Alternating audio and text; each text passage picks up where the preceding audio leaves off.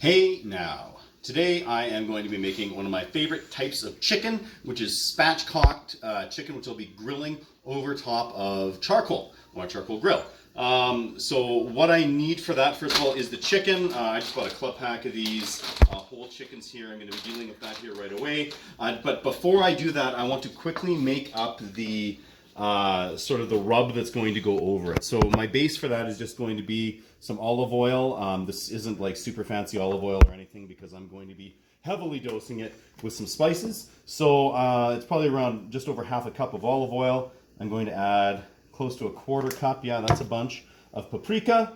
I'm going to add in some dried oregano because I really like the flavor of that, and then also just some garlic salt. If I wasn't in so much of a rush, I would probably chop up some fresh garlic and put it in. But I also kind of like what this does because I'm just kind of looking to make it a little bit tasty. So using these dried ingredients actually helps in that regard. I'm going to add about 1.5 teaspoons of kosher salt and then just fresh cracked some pepper into it. So this is kind of like a Portuguese inspired, surprise, surprise if you've seen my other videos, Portuguese inspired flavor oil rub.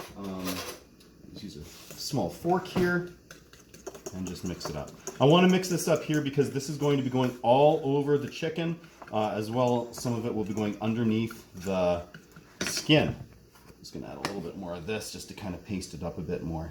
A little bit more of that paprika. I don't want it too runny.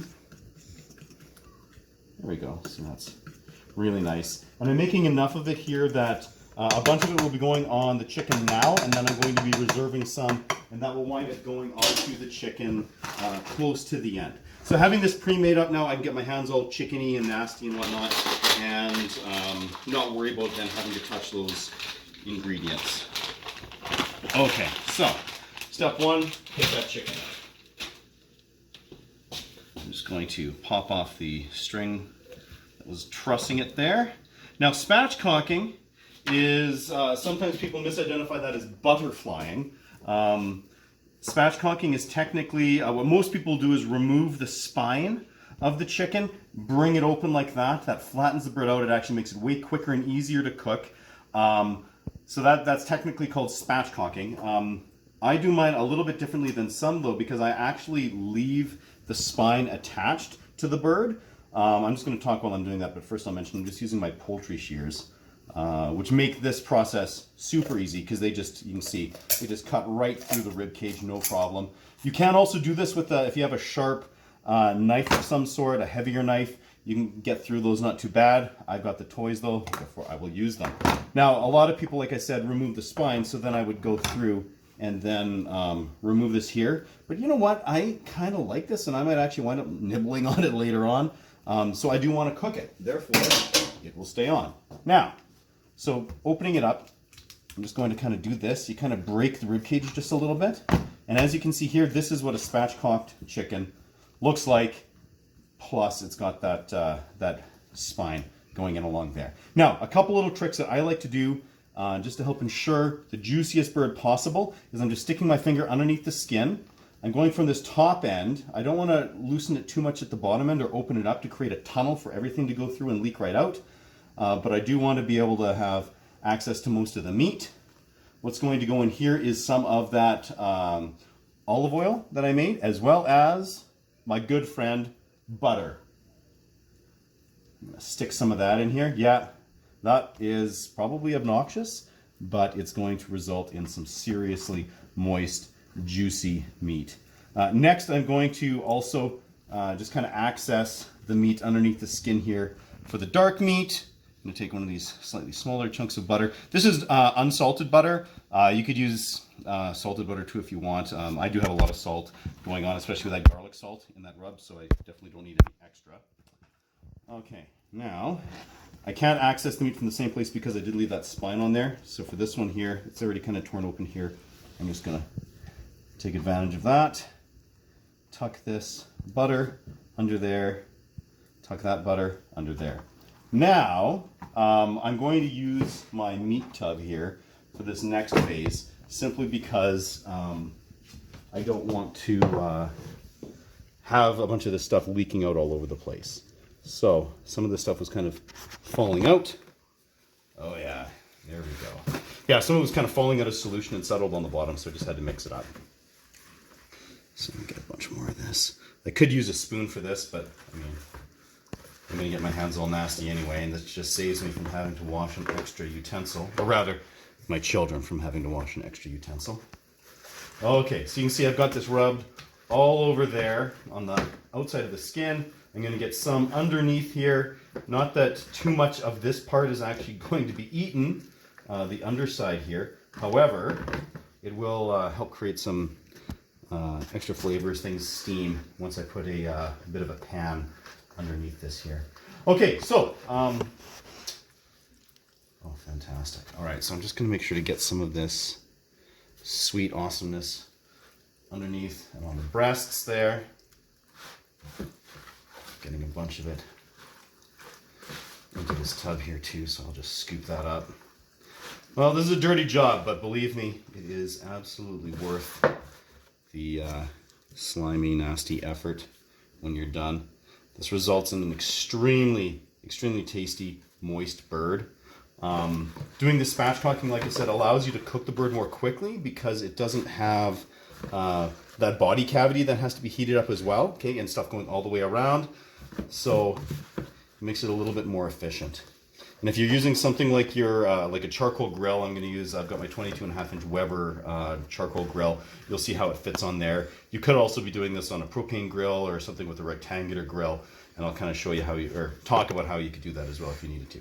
Anyway, I'm going to let this sit for just a little bit, and while that's happening, I'm going to get the grill fired up.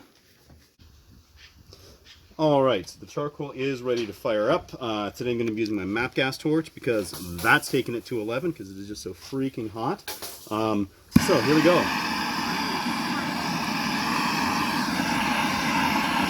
I'll use this to get a nice little bed of coals here, and then I'm going to pile the other charcoal on top of it, let it sit for 20 minutes or so just until everything's getting hot.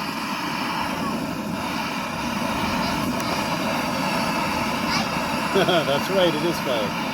Alright, so we'll take a look once it's ready. Alright, well the charcoal is mostly fired up, so what I've done is I've kind of scooched it all over to the one side there. I'm just going to use some cooking spray just to lightly oil that one side, because we're going to be putting the chicken on the other side for indirect heating. So now, we get our nicely rubbed and marinated chicken set up on here. I'm going to just get it right over to the side here. And you put it so that the legs... Oh, my one daughter just found a bug. Oh, yeah, let's see your beetle. Oh, it fell. And it ran away. Okay, so we've got the leg side over here because, of course, the dark meat can cook a bit hotter than the white meat. I'm just going to run inside here in a sec and just finish brushing this all so it's all nicely coated. But essentially it's covering and letting it get up to around 325 to 350 and letting it cook for a while. See, there we are. I just kind of gave it another little brush with that stuff here, and now it is time to cook it. So I've got the bottom vents all the way open and this top vent all the way open, and I'm just going to use this thermometer that I installed. This was obviously an aftermarket one. It wasn't Weber. This one didn't come with one. So I had just drilled through and added a thermometer so I can see when it gets up to the desired cooking temp. Super excited. Okay, we've been at 350 for about 40 minutes or so. Looking at this, it is ready for a little light basting. So I'm just going to mix up the oil and spices again. This is the second last basting. I'm going to save a little bit. I might wind up dosing this with just a little bit more olive oil, just to make sure that there's enough oil for the final basting. But this is just all about getting a ton of flavor on that skin, so that once it gets all nice and crispy, it'll just be the best part of the entire chicken. Oh man, just fantastic. I might actually snag a bit of a temperature reading on this while we're at it. Alright, so it looks like it's going to be maxing out right around 100. Okay, so we're going to let that go obviously for a little bit now. Yeah, just using the bellows here so that I can get that temperature to spike a little bit more quickly, get it back up to the 350 range here. Plus, they're just super fun to use, so there we go. Man, it really does seem like every time I want to grill, I am on a race with the rain. As you can see, it's starting to happen here. But this, anyway, we are getting really close to where I want to be here temperature-wise. So what I'm going to do here is just give this a final basting and then let her kind of just tighten up a little bit here with the skin. So I got my cameraman back here, so I can multitask, as it were. All right, so I'm just going to push those holes. Actually, I'll get them a little bit more over here. The move here is just to now flip the chicken over, let the skin crisp up just a little bit. So I'm just going to give it a little turn here, like so, for maybe a minute, and then everything should be ready to come off. So, yeah, we'll take a look at it when she's ready. All right, I think that's probably long enough. We will take a look. Oh yeah, look at that. Woo! Awesome.